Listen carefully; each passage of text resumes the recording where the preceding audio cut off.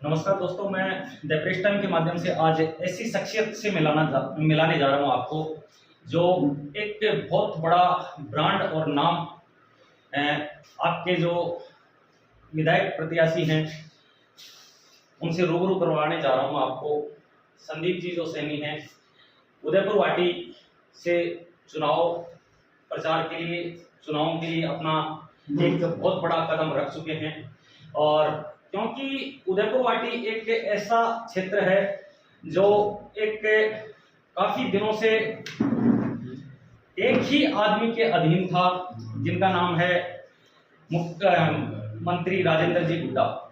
तो उनके विपक्ष में भी चुनाव लड़ने जा रहे हैं हमारे जो संदीप जी सैनी हैं। मैं उनसे आपको रूबरू कराऊंगा द प्रेस टाइम के माध्यम से। सर, द प्रेस टाइम के ऊपर आपका बहुत बहुत हार्दिक अभिनंदन है। हमारे जो दर्शक हैं काफी समय से आपका इंतजार कर रहे थे कि द प्रेस टाइम के ऊपर हम एक बार आपको देखें, कैसा उनका माहौल है, कैसी उनकी प्रतिक्रियाएं होती हैं, कैसा उनका उद्बोधन होता है, वो जानने के लिए युवा जो हैं वो भी काफी आपसे प्रेरित हैं। युवाओं में एक नई क्रेज आप भर रहे हैं, नया जोश भर रहे हैं। आपके जो सैनी समाज के जो लोग हैं उनमें भी, और आप 36 कौम को साथ लेके चलने वाले एक ऐसे विधायक प्रत्याशी खड़े हो गए हैं कि अभी तक उदयपुर वाटी में आपका जो नाम है उसके सामने अभी मुझे ऐसा लग रहा है कि जैसे मैं आपकी प्रतिक्रियाएं देख रहा हूं, आपका जो काम देख रहा हूं, आपकी जो भागदौड़ देख रहा हूं, उसके मुकाबले कोई भी नहीं सामने खड़ा होने की ताकत रख रहा है। सुभाष जी, आपको बहुत बहुत धन्यवाद। द प्रेस टाइम ने मुझे बोलने का मौका दिया। मैं आपको और आपके पूरे न्यूज चैनल परिवार को मेरी तरफ से और उदयपुर वाटी विधानसभा की तरफ से बहुत बहुत धन्यवाद। आज बात है उदयपुर वाटी के अंदर जो मेन अवैध खनन हो रहा है उसके ऊपर। मैं आपको बता दूं कि उदयपुर वाटी के अंदर 36 कौम में जो काटली नदी हमारे सीकर बॉर्डर से लेके झुंझुनों के अंतिम छोर तक जाती है, जिसमें सबसे ज्यादा हिस्सा कोई आता है तो उदयपुर वाटी विधानसभा क्षेत्र का आता है। इसके अंदर जो राजेंद्र हुड्डा ने जो दादागिरी लगा रखी है, राज्य सरकार के नियमानुसार जो रॉयल्टी है वो प्रति ट्रैक्टर 700 रुपए, उसको ये बढ़ाकर किसी से 2000 लेते हैं, किसी से 1500 लेते हैं। तो 6 चक्का ट्रक आता है उसकी रॉयल्टी है 1100 रुपए, उसको बढ़ाकर ये 3000 4000 रुपए लेते हैं। 10 चक्का जो ट्रक है उसके ऊपर रॉयल्टी है 2150 रुपए, उसको बढ़ाकर ये 7000 8000 रुपए लेते हैं।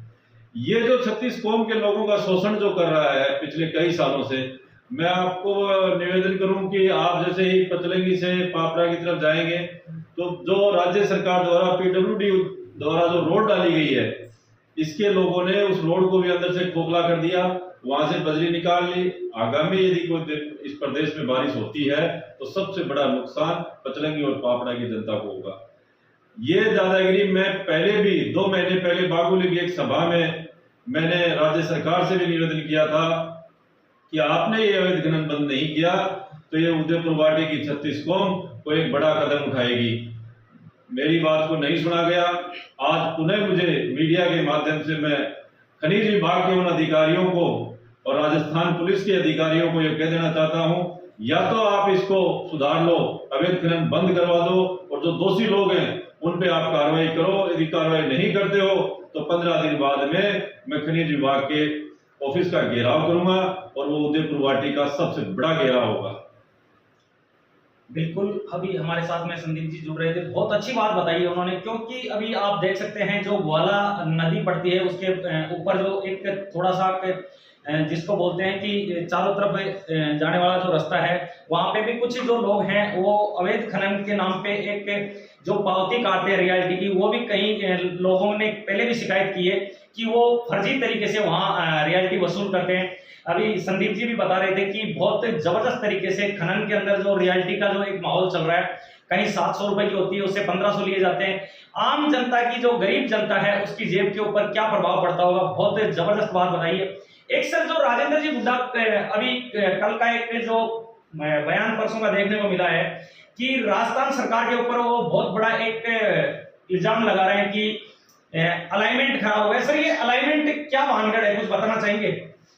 देखो, मैं बताना चाह रहा हूं कि जो आदमी उदयपुर वाटी के 36 कौम को धोखा देके जिस आदमी ने यहाँ सिर्फ जातिवाद का जहर फैला के, आप हमारी पंचायत समिति देखो, हमारा तहसील कार्यालय देखो, पुलिस प्रशासन देखो, सबके ऊपर अंदर जो अधिकारी लगे हुए हैं वो सिर्फ एक विशेष समुदाय के लगे हुए हैं। क्या उदयपुर वाटी में और समाजों के लोग अधिकारी कर्मचारी नहीं है?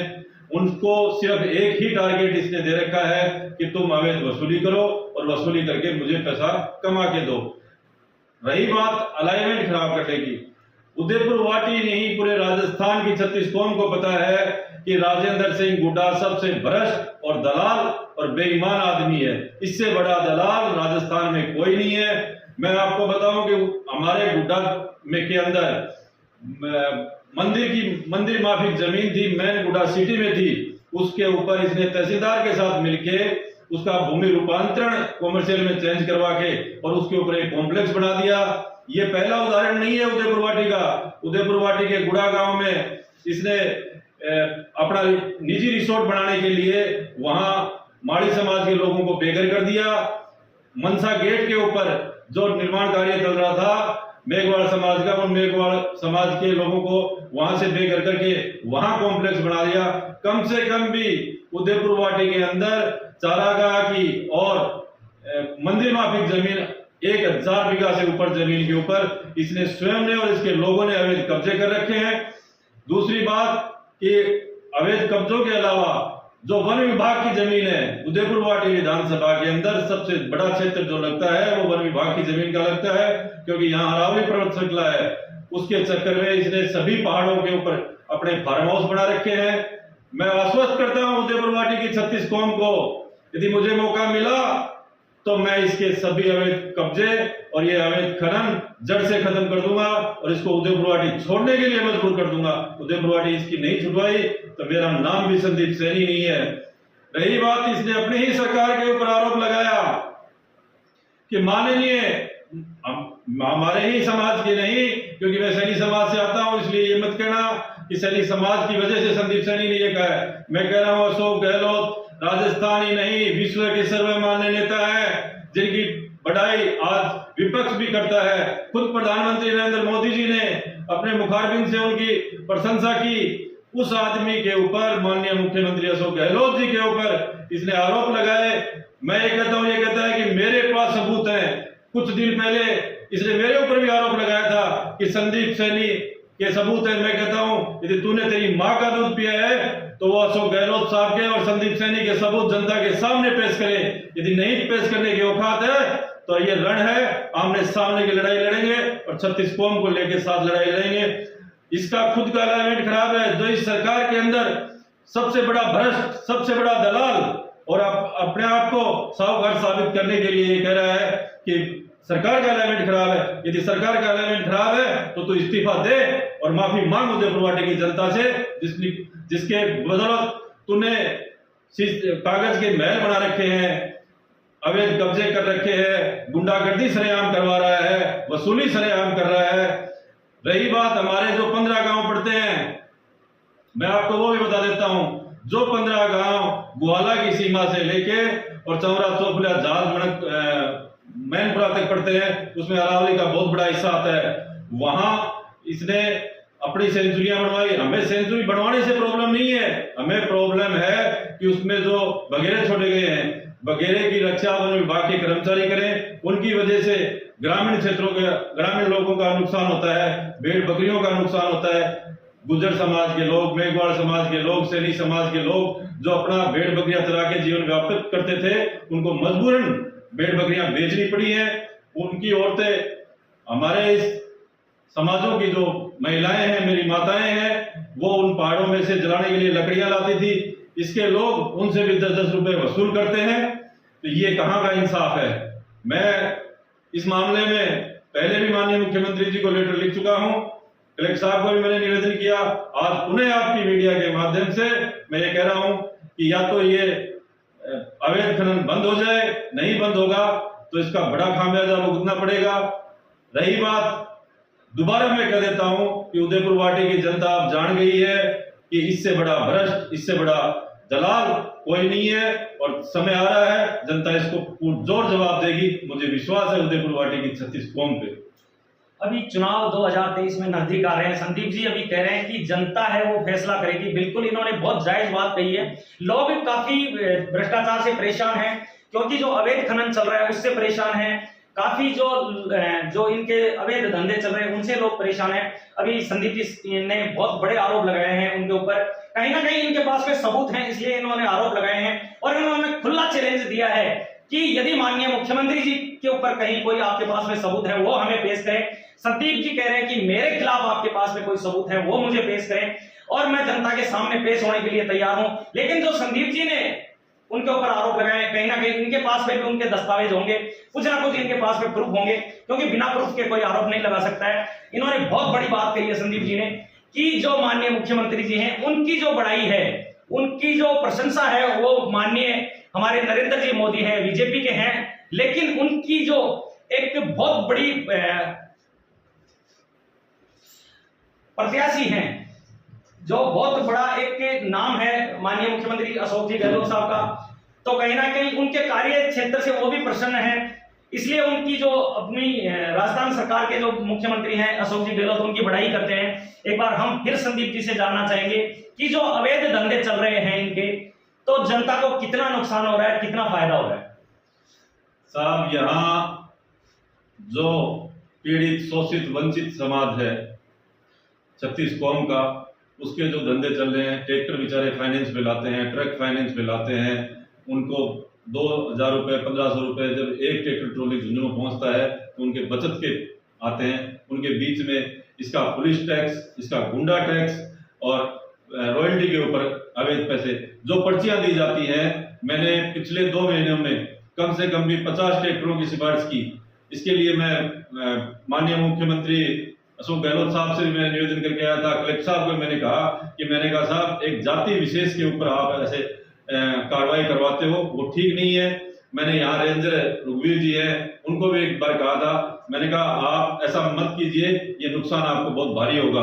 क्योंकि जो बेचारा गरीब है, पीड़ित है, शोषित है, मजदूर है, उसका तो घर उससे चलता है और उसके ऊपर ये बेईमान, चोर, लुटेरे लोग जो टैक्स लेते हैं, उसका खामियाजा उनके जो अंदर की आत्मा से जो बददुआएं निकलती हैं, बददुआओं से तो बड़े बड़े महल जल गए थे, इसका तो बचेगा ही क्या। बिल्कुल इन्होंने सही बात कही है संदीप जी ने कि निर्धन को न सताइए, जाकी मोटी हाय, मरी चाम से लोभी भस्म हो जाए। तो जो गरीब हैं उनकी जो बदुआ ले रहे हैं राजेंद्र हुड्डा, अभी बता रहे थे संदीप जी हमारे साथ में जुड़े हैं और काफी बातें इन्होंने बताई है। वो दिखा रहा था द प्रेस टाइम के माध्यम से, बहुत अच्छी बातें बताई है इन्होंने।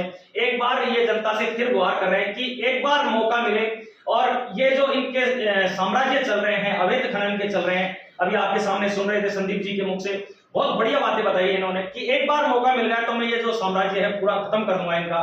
तो एक बार जनता 2023 में इनको किस आधार के ऊपर चुन के लाती है, वो इनकी काबिलियत इनके सामने है और इनकी काबिलियत से ही ये एक बहुत बड़ा जज्बा लेके आए उदयपुर वाटी के अंदर। क्योंकि इनके जैसा एक जाबाज और एक बिल्कुल कठोर इंसान जो राजेंद्र हुड्डा की टक्कर में खड़ा है, तो वो माननीय श्री संदीप जी सैनी खड़े हैं हमारे सामने। ये एक बिल्कुल बराबर की टक्कर है और कहीं ना कहीं लग रहा है जनता के अंदर भी एक विश्वास हो गया है कि कोई टक्कर देने वाला खड़ा हुआ है तो वो संदीप जी सैनी है। एक बार फिर हम 2 शब्द इनसे पूछेंगे। सर, आखिरी कुछ बात बताना चाहेंगे? आप जो नवयुवक हैं, आपके जो साथी हैं, आपसे बहुत प्रेरित हैं। आपकी जो कोई भी समाज में हो, मैं सैनी समाज की बात नहीं कर रहा हूँ, आपके समाज की मैं बात नहीं कर रहा हूँ, 36 कौम के जो जितने भी लोग हैं वो आपको काफी पसंद करते हैं। मैं मेरे उदयपुर वाटी के 36 कौम के मेरे युवा साथियों से निवेदन करता हूं, आग्रह करता हूं कि आपने मुझे मौका दिया तो आपको कहीं घबराने की जरूरत नहीं है। मैं आपकी सेवा में हमेशा, ये आपका भाई, आपका बेटा संदीप सैनी हमेशा रहेगा। मैं पुनः आपको आश्वस्त करता हूं कि आप अब ये रण है, इसमें मेरा साथ दीजिए। आपके हक और अधिकारों की रक्षा ये आपका भाई हमेशा करता रहेगा। 36 कौम के मेरे नौजवान साथियों से मेरा यही आग्रह है और यही निवेदन है। बिल्कुल, बहुत बहुत धन्यवाद। द प्रेस टाइम के माध्यम से आप देख रहे थे। चैनल को लाइक शेयर सब्सक्राइब करें। जय हिंद, जय भारत, जय जवान, जय किसान।